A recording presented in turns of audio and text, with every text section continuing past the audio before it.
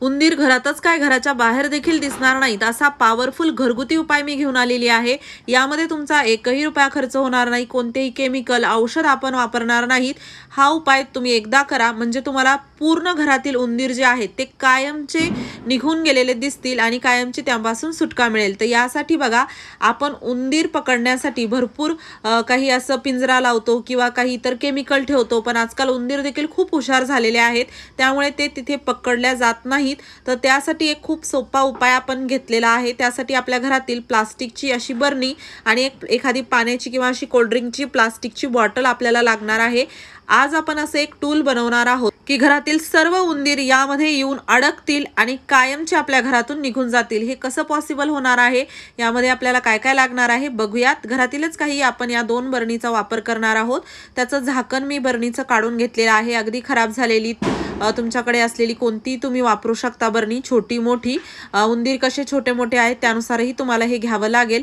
त्यानंतर बघा, आपल्याला एक पाण्याची अशी प्लास्टिकची बॉटल घ्यायची आहे आणि त्याचा जो खालचा भाग आहे हा आपण कट करणार आहोत। आता बऱ्याच वेळा काय होतं, बऱ्याच घरातील उंदीर खूप मोठे असतात, तर या प्लास्टिक बॉटलपेक्षा जर उंदीर मोठे असतील तर तुम्हाला मोठी अजून यापेक्षा प्लास्टिक बॉटल घ्यावी लागेल। पण सहसा घरातील उंदीर थोडे छोट्या साईजचे असतात, तर ही बॉटल जी आहे ती पुरेशी होते। तर बघा, आता खालचा भाग आपण कट केलेला आहे।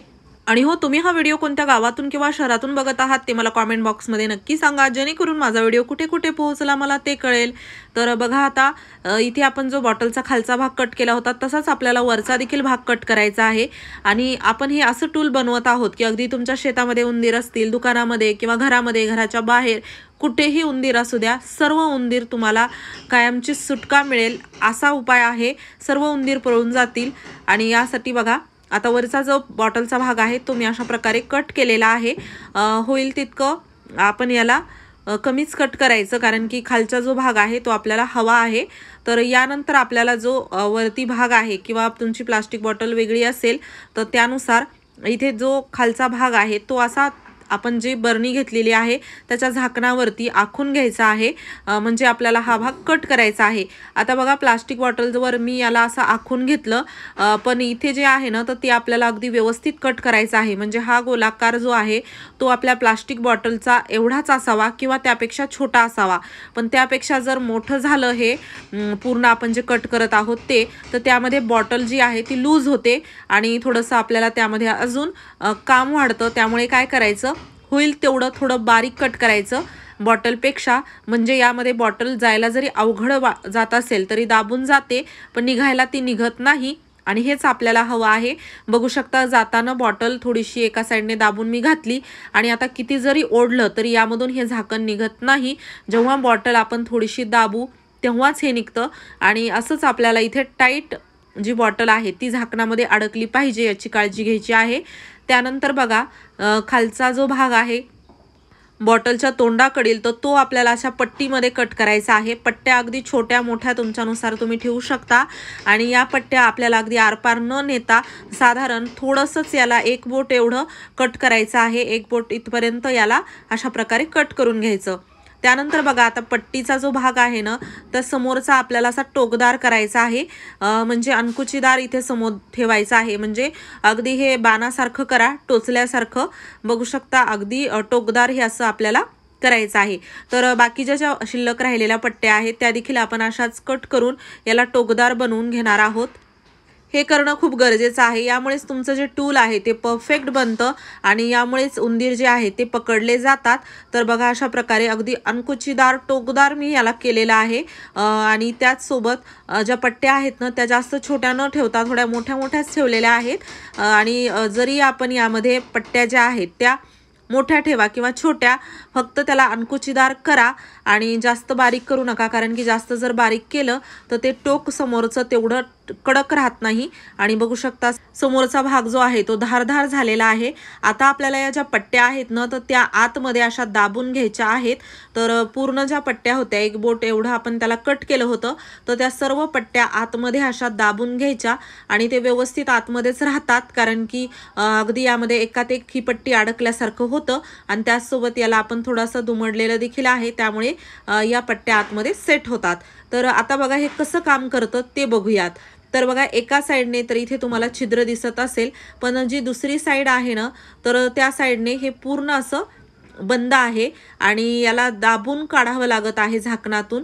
असंच आपल्याला करायचं आहे. आता बघा उंदीर जरी यामध्ये गेला तरी तो बाहेर येऊ शकत नाही. आणि तो कसं, तर बघा जाताना या ज्या पट्ट्या आहेत त्या अशा ओपन होतात, कारण की आपण त्याला आतमध्ये दाबलेला आहे. पण जेव्हा उंदीर बरणीमध्ये जातो, बॉटलमध्ये जातो, तेव्हा जेव्हा त्याला बाहेर यायचं असतं, तर ज्या पट्ट्या आहेत त्याला अगदी आतमध्येच लॉक करतात आणि टोकदार पट्ट्या आहेत, त्यामुळे जास्त काही प्रेशर देऊन त्याला बाहेर येता येत नाही. आता बघा समजा हा उंदीर आहे, तर जाताना कसा सहज जातो, कारण की पट्ट्याचे जे टोक आहेत ते समोर आहेत. पण जेव्हा आतमध्ये जाऊन बाहेर पडायचा वेळ येते, तर तेव्हा बघू शकता किती जरी ट्राय केलं, किती जरी दाबलं, तरीही या पट्ट्या अशा काही बाहेर ओपन होत नाहीत. आणि यावरती टोक आहे, त्यामुळे त्यांच्या जेव्हा ते खूप जास्त अगदी यावरती बाहेर येण्याचा प्रयत्न करतील, तर ते जे टोक आहेत त्यांना ते टोचतील आणि ते अजिबात यामधून बाहेर पडू शकत नाहीत.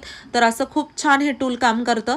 आणि आता असं नाही की फक्त एवढंच आपलं काम झालेलं आहे, याला कुठे कधी कसं ठेवायचं हे देखील खूप गरजेचं आहे, कारण की योग्य ठिकाणी योग्य वेळेस तुम्ही ठेवलं नाही तर फायदाही होणार नाही. आता बघा झाकणातून बॉटल बाहेर येत नव्हती, तरीही मी यावरती अशी थोडी पट्टी लावलेली आहे, जेणेकरून अजून हे व्यवस्थित मजबूत बसेल.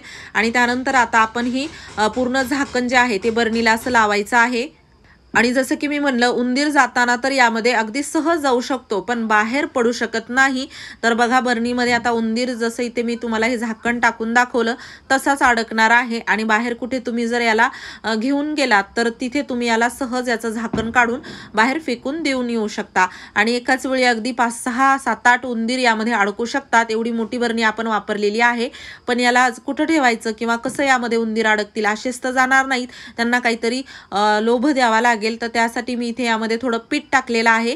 आणि एवढंच नाही तर आपल्याला बिस्किट किंवा असं काही खारी किंवा इथे मी रस्क वापरत आहे, एखादा गोड पदार्थ घ्यायचा आहे, थोडंसं गुळ म्हणा किंवा इतर काही, तर ते आपल्याला ही जी बॉटल आहे याच्या आतमध्ये थोडंसं ठेवायचं आहे आणि बाहेर थोडंसं ठेवायचं आहे. म्हणजे खात खात समोरचं खायचं झालं की आतमध्ये खायला आहे म्हणून तो आतमध्ये जाईल आणि आतमध्येच अडकेल.